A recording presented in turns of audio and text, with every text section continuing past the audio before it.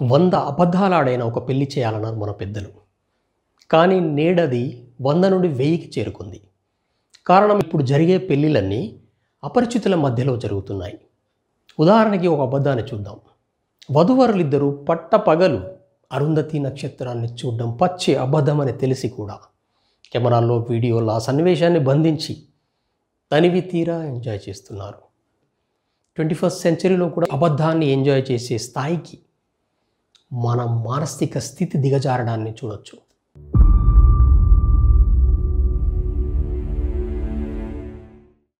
మన పూర్వీకులు ఏర్పరచుకున్న కట్టుబాట్లలో పెళ్ళి ప్రధానమైంది. ఈ పెళ్లి కొరకు పోరాటాలు చేయడం, కోట్లు సంపాదించడం, 6 ప్యాక్ చేయడం, ఉన్నత చదువులు చదవడం ఇవేమీ అవసరం లేదు. కేవలం ఆరోగ్యకరమైన మనిషి అయితే చాలు. ఈ పెళ్లి ద్వారా స్త్రీ పురుషులిద్దరూ కలిసి సహజీవనం చేస్తారు. ఇది ప్రకృతి సహజమైన చర్య. అత్యంత సులువైంది, సరళమైంది, సాధారణమైంది. కానీ ఈ పెళ్ళిని అత్యంత ప్రతిష్టాత్మకమైన చర్యగా క్రియేట్ చేసి మనిషి మెదల్లో చొప్పించి పెళ్ళే జీవిత లక్ష్యంగా నిర్దేశించారు. 105 సంవత్సరాల క్రితం మనిషి కుటుంబ నియంత్రణ సాధనాలు కనుగొన్న తర్వాత ప్రపంచ దేశాల ప్రజలందరూ వాళ్ళ జీవితాలను అప్గ్రేడ్ చేసుకొని చాలా దేశాలు అభివృద్ధి చెంది ఆనందంగా జీవిస్తున్నాయి. కానీ మన సమాజం ఇంకా పెళ్ళే జీవిత లక్ష్యంగా కలిగిన మైండ్ సెట్ని అప్గ్రేడ్ చేసుకోకుండా అభివృద్ధి చెందుతున్న సమాజంలోనే జీవిస్తున్నాము. ఈ మైండ్ సెట్ వలన మన సమాజానికి, వ్యక్తికి అపారమైన నష్టం జరిగింది, ఇంకా జరుగుతుంది. అదేలాగో ఇప్పుడు చూద్దాం. పెళ్ళి పూర్తిగా డబ్బు సంబంధమైంది.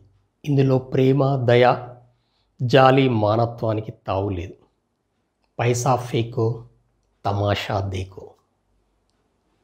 ఈ పెళ్లి కొరకు ఏటా 2 లక్షల కోట్లు ఖర్చు చేస్తున్నారని ఒక అంచనా. మానవ జీవితానికి పెళ్ళే కేంద్రం కాబట్టి మానవ సంబంధాలన్నీ డబ్బు సంబంధాలుగా మారిపోయి ప్రేమరాహిత్యమైన సమాజ నిర్మాణం జరిగింది.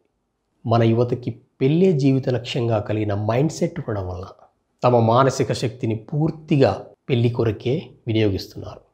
దీంతో సామాజిక సమస్యల పరిష్కారంలో యువత భాగస్వాములు కాలేకపోతున్నారు. ఉదాహరణకి పరిసరాల పరిశుభ్రత అనే అంశాన్ని అందరూ చిన్నప్పుడే చదువుకొని ఉన్నారు, కానీ రియల్ లైఫ్లో దాన్ని ఇంప్లిమెంట్ చేయలేకపోతున్నారు. దీంతో ప్రభుత్వాలు చెత్తను చెత్తకుండిలో వేయండి అని అడ్వర్టైజ్మెంట్స్ ద్వారా కోట్ల డబ్బుని ఖర్చు చేస్తున్నాయి. తల్లిదండ్రులకు పిల్లల పెళ్ళే లక్ష్యం కావడంతో పిల్లల పెళ్ళికి కావాల్సిన డబ్బు సంపాదనలోనే సగం జీవితం సంకనాకిపోతుంది. దీనివల్ల మానసిక ఒత్తిడి, ఆందోళన పెరిగి అనారోగ్యాల పాలవుతున్నారు. ఇక వరకట్నం చేసే అరాచకం అంతా ఇంత కాదు. ఇక్కడ స్త్రీకి స్త్రీయే శత్రువు అనే నానుడి ప్రత్యక్షంగా చూడొచ్చు. కట్న కానుకలు మనుషులను శాశ్వత పేదరికంలోకి నెట్టేస్తుంది. పెళ్లి వలన మనిషి ఫిజికల్లీ, సైకలాజికల్లీ, ఎకనామికల్లీ బలహీనుడు కావడం వలన మన సమాజంలో ఇన్నోవేటివ్ ఐడియాస్కి తావు లేకుండా పోయింది. దీనివల్ల విపరీతంగా జనాభా పెరిగిపోయి అన్ఎంప్లాయ్మెంట్, అసమానతలు, అనారోగ్యం, అవిద్య ఇంకా అనేక సమస్యలతో నిరంతరం సతమతమవుతూ సహజీవనం చేస్తున్నాం. ఈ పెళ్ళి మన జీవితాల్ని అతలాకుతలం చేస్తున్నా గుర్తించలేకపోవడానికి కారణం మన మైండ్ సెట్. పెళ్లి ఆచారం మొదలైనప్పుడు మన పూర్వీకులు దీన్ని ఎట్టి పరిస్థితిలో బ్రేక్ చేయకుండా కొన్ని సెట్ ఆఫ్ రూల్స్ ఏర్పరిచి మన మైండ్స్ని ప్రోగ్రామింగ్ చేశారు. కారణం అప్పుడు వ్యవసాయ ఆధారంగా జీవించే వాళ్ళు కాబట్టి కుటుంబాలు విడిపోకుండా ఉండడం చాలా అవసరం. ఈ మైండ్ ప్రోగ్రామింగ్లో ప్రధానంగా 3 అంశాలు ఉన్నాయి. 1 పిల్లల పెంపకం. 2వది ఎందుకు ఏమిటి అనే చర్చ పెట్టకూడదు. 3వది ఎవరైనా ఈ పెళ్ళిని బ్రేక్ చేసే ప్రయత్నం చేస్తే కనుక తన చుట్టూ ఉన్న వాళ్ళు మాటలతో అడ్డుకో. రూల్ నెంబర్ 1, పిల్లల పెంపకం. ఈ పిల్లలను పెంచే పద్ధతిలో ఆడామగ ఒకరి మీద ఒకరు ఆధారపడి జీవించే విధంగా పెంచుతారు. మగపిల్లలను పెంచే విధానంలో స్నానం చేయడం, భోంచేయడం, దొడ్లోకి వెళ్తే కడుక్కోవడం, ఈ 3 పనులు మాత్రమే నేర్పిస్తుంది తల్లి. మిగతా పనులన్నీ ఇంట్లో ఆడవాళ్ళు చేస్తుంటారు. సందర్భం వచ్చిన ప్రతిసారి నీకు సేవ చేయడానికి ఒక ఆడపిల్ల ఎక్కడో ఒక దగ్గర పుట్టే ఉంటుందని మైండ్ ట్యూన్ చేస్తారు. దీంతో మగపిల్లలంతా తమకు రాబోయే సేవకురాలి గురించి కలలు కంటూ జీవిస్తుంటారు. అమ్మాయిల విషయానికి వస్తే చాలా చిన్న వయసు నుండే ఇంట్లో పనులు నేర్పిస్తుంటారు. ఒకవేళ పనులు సరిగ్గా చేయని ప్రతిసారి నువ్వు రేపు అత్తారింటికి వెళ్ళినప్పుడు ఇబ్బందులు ఎదుర్కోవాల్సి వస్తుంది అంటుంటారు. ఇవే కాకుండా తోడు లేకుండా ఇంట్లో నుండి బయటికి వెళ్ళనివ్వరు. ఏ చిన్న పనైనా పెద్ద పనైనా ఖచ్చితంగా ఒక తోడు తీసుకుని వెళ్ళాల్సిందే. ఇదే కాకుండా నువ్వు తోడు లేకుండా సమాజంలో జీవించలేవని మైండ్ ట్యూన్ చేస్తారు. ఇదే మైండ్ సెట్తో పెరిగిన అమ్మాయిలు తమకు జీవితాంతం తోడుండి రక్షణ కల్పించే రాజకుమారుడి గురించి ఎదురు చూస్తూ ఊహాలోకంలో విహరిస్తుంటారు. రూల్ నెంబర్ 2, ఈ పెళ్లి గురించి ఎందుకు ఏమిటి అనే చర్చ పెట్టకూడదు. కారణం ఏంటంటే ఏదైనా కొత్త విషయాలు కనుగొనాలన్నా, ఏదైనా సమస్యను పరిష్కరించాలన్నా, ఏదైనా విషయం గురించి లోతుపాతులు తెలుసుకోవాలన్నా అది చర్చ ద్వారానే సాధ్యం. మనం ఏ విషయం గురించి అయితే చర్చించకుండా ఉంటామో దానికి సంబంధించిన ఏ ఒక్క విషయం కూడా మనం కనిపెట్టలేం.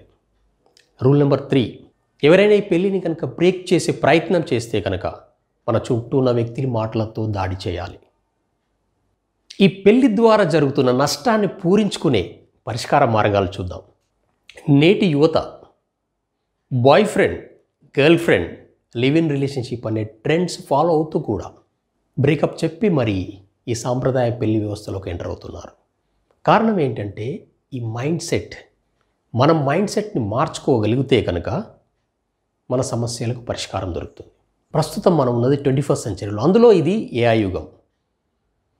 యువత ఈ సాంప్రదాయ పెళ్లిలోకి ఎంటర్ అయ్యే ముందు తమని తాము ప్రశ్నించుకోవాల్సిన అవసరం, పెళ్లి గురించి చర్చించుకోవాల్సిన అవసరం చాలా ఉంది. అసలు ఈ సాంప్రదాయ పెళ్లిలోకి ఎందుకు ఎంటర్ అవుతున్నట్టు? మనం ఒక చిన్న షర్ట్ కొనుక్కొని కేవలం 1-2 నెలలు తొడిగే ఒక షర్ట్ గురించే ఎంతో ఆరాటపడతాం. బ్రాండ్ చూస్తాం, క్వాలిటీ చూస్తాం, కలర్ చూస్తాం. ఎన్నో విషయాలను చూసి రివ్యూస్ చదివి ఫ్రెండ్స్ని అడిగి నానా తతంగం చేసి ఒక చిన్న షర్ట్ కొనడానికే మనం ఇంతలా శ్రమిస్తాం. అంటే కేవలం ఒక 1-2 నెలలు తొడిగే షర్ట్ గురించి మనం ఇంతలా ఆలోచించే వ్యక్తులు జీవితాంతం కలిసి ఉండి కొత్త వ్యక్తుల్ని ఉత్పత్తి చేసి సమాజానికి అందించే ఒక పెళ్లి వ్యవస్థ గురించి తెలుసుకోవాల్సిన అవసరం కూడా ఉంటుంది. పెళ్లిలోకి ఎంటర్ అయ్యే ముందు మనం అసలు ఎందుకు ఎంటర్ అవుతున్నాం? డబ్బు కొరక, సుఖం కొరక, మనశ్శాంతి కొరక, తోడు కొరక, లేదంటే మన అవసరాలు తీర్చే వ్యక్తుల కొరక? దేని కొరక మనం వెళ్తున్నామో దాని గురించిన చర్చ ఆడమగ ఇద్దరి మధ్య జరగాలి. ఫ్రెండ్స్తో చర్చించాలి, తల్లిదండ్రులతో చర్చించాలి, మెంటర్స్తో చర్చించాలి, ఫ్యామిలీ కౌన్సిలర్స్తో చర్చించాలి. అందరితో చర్చించిన తర్వాత మనం లోపలికి ఎందుకు వెళ్తున్నాం, అంటే ఆ పెళ్లి వ్యవస్థలోకి ఎందుకు వెళ్తున్నామనే ఒక నిర్ణయానికి వచ్చి, ఒక వెళ్ళకపోతే ఏం జరుగుతుంది, ఆ విషయాలను కూడా మనము డిస్కషన్లో పెట్టాలి. ఇటువంటి ఒక లోతైన చర్చ ద్వారానే మనం ప్రేమపూర్వకమైన సమాజాన్ని నిర్మించగలం.